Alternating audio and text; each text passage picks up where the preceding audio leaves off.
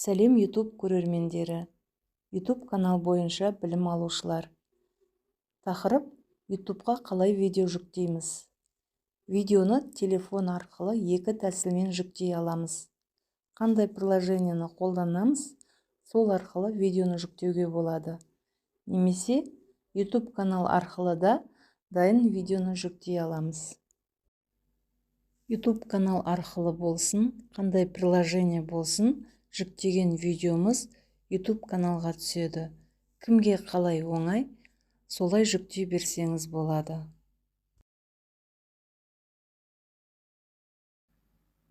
YouTube каналға кіреміз. Төмендегі плюс белгісін басамыз. Загрузить видео дегенді бассақ, галереядағы сақталған видеолар шығады. Каналға жүктейтін видеомызды таңдаймыз. Далее дегенді басамыз. Видеоның тақырыбын жазамыз.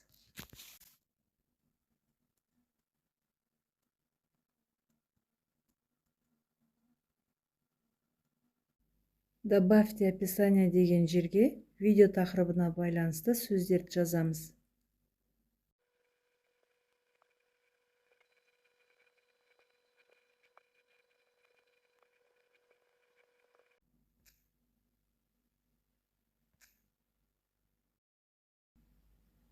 Келесі доступ деген жерде дұрыс толтыру керек.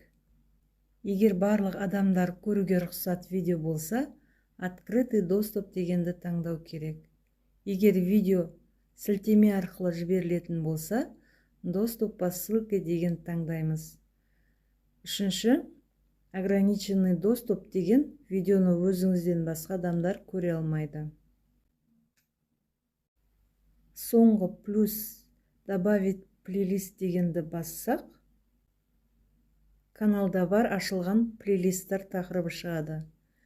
Видеоны қай плейлистқа сақтаймыз, сол плейлист тақырыбын таңдаймыз. Готово дегенді басамыз.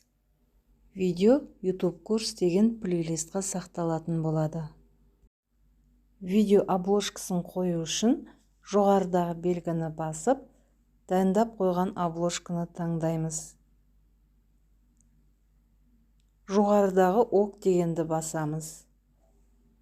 Обложка видео бетіне түсті. Жоғарыдағы далее дегенді басамыз. Бұл жерде видео кімдерге арналған, соны таңдау керек. Видео балаларға арналған болатын болса, видео для детей дегенді таңдаймыз. Жалпыға ортақ болатын болса, ештеңені баспай, загрузить видео дегенді басамыз. Видео каналға жүктелуде. Видео жүктеліп болды. Енді тексеріп шығамыз. Осылай оңай әрі тез YouTube канал ішінен видеоны жүктеуге болады. Әр адам өзі қолданатын приложение арқылы да видеоны монтаждап YouTube каналға сала алады. Видеоға тайм-код қоятын болсақ, осы кезде уақыттарын жазып алған дұрыс. Сол кезде оңайырақ болады. Видео дайын болса, жоғарыдағы стрелканы басып, видеоны экспорттаймыз.